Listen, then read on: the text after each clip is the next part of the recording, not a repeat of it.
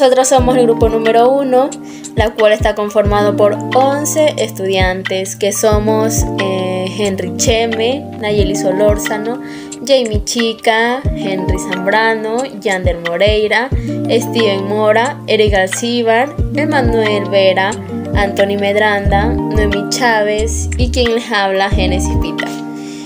Nosotros somos una continuación de lo que es el envejecimiento y muerte celular. El envejecimiento es el proceso de degeneración que experimentan las células antes de morirse. La muerte celular se caracteriza por la detención de todos los procesos vitales y la dispersión de la materia que constituyen las células. Nosotros también les vamos a estar hablando sobre lo que es la necrosis y apoptosis y función de reproducción. Necrosis. La necrosis es un proceso patológico de muerte celular pasivo en el cual generalmente ocurre en respuesta a factores tóxicos externos, como es la inflamación, isquemia o daño tóxico, que no se presenta bajo condiciones fisiológicas.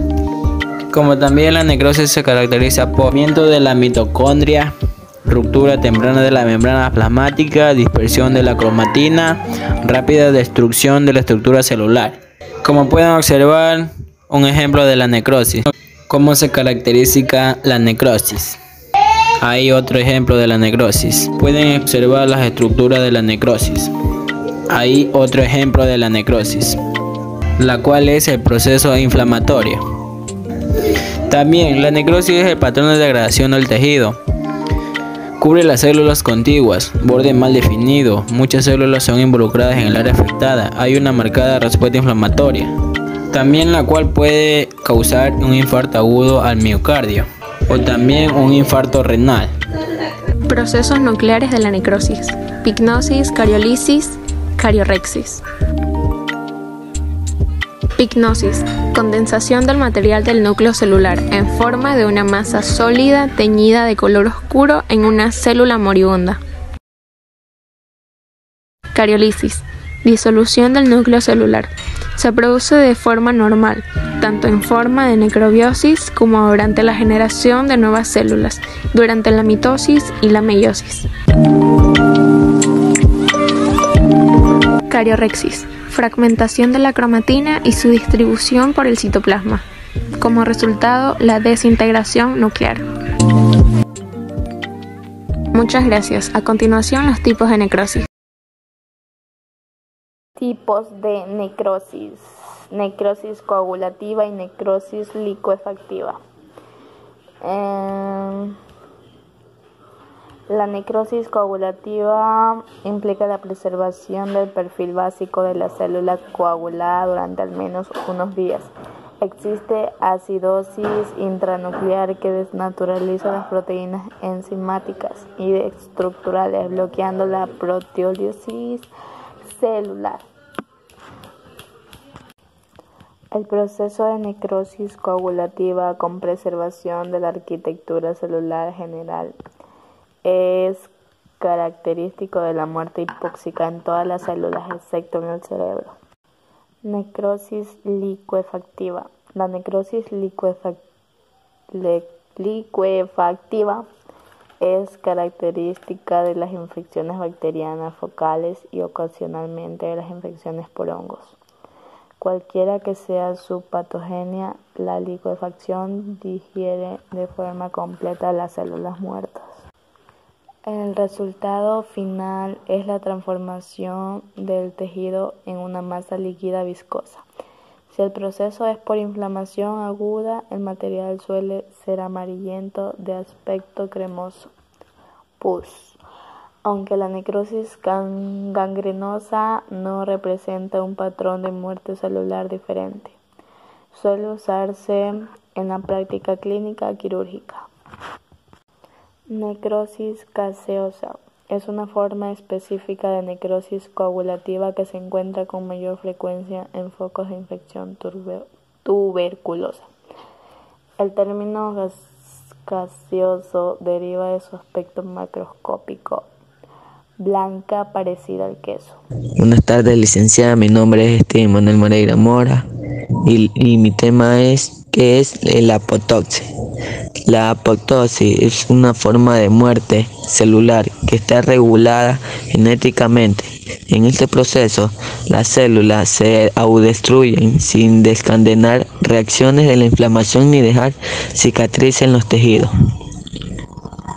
La apoptosis es, por lo tanto, considerada como una muerte natural, fisiológica, resultada en un mecanismo de eliminación de células no deseadas, dañadas o desconocidas que desempeñan un papel protector frente a posibles enfermedades.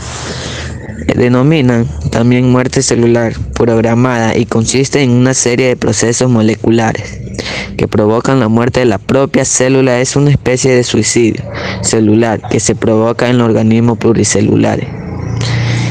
Función de apoptosis: deshacerse de células anormales, eliminar algunas células viejas y defectuosas. Proceso de la información del organismo. Fase de la apoptosis: fase de decisión, fase de ejecución.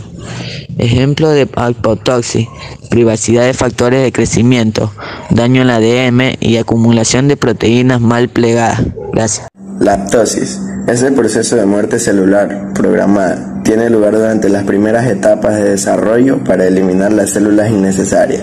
Por ejemplo, las que se encuentran entre los dedos cuando se desarrolla una mano. En los adultos, la apoptosis se usa para deshacerse de las células que han sido dañadas irreversiblemente. La apoptosis también juega un papel importante en la prevención del cáncer. Si por alguna razón se evita la apoptosis, esto puede dar lugar a una división celular incontrolada y, por consiguiente, al crecimiento de un tumor. La palabra apoptosis deriva del latín y significa desprenderse o decaer, como las hojas de un árbol en otoño, de la misma manera que la hoja cae del árbol cuando está muerta. La apoptosis se refiere a un proceso conocido como la muerte celular programada. Es como si la célula reconociera que ha llegado su momento y terminase consigo misma. Cuando esto ocurre, se pone en marcha un complejo mecanismo de señalización bioquímica y proteína que se activan para eliminar la célula sin crear demasiado alboroto a su alrededor. Buen día, licenciada presente, compañeros y compañeras. Mi tema es función de reproducción. La función de reproducción es una de las 3 funciones vitales que realizan todos los seres vivos, junto con la función de nutrición y función de relación.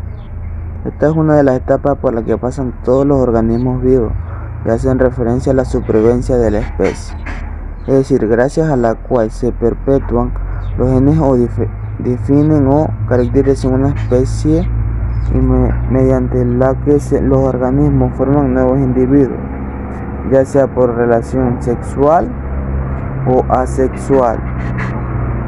Para poder realizar la función de reproducción, los organismos tienen que encontrarse en la etapa de madurez, ya que es el momento en el que desarrollan los aparatos y organismos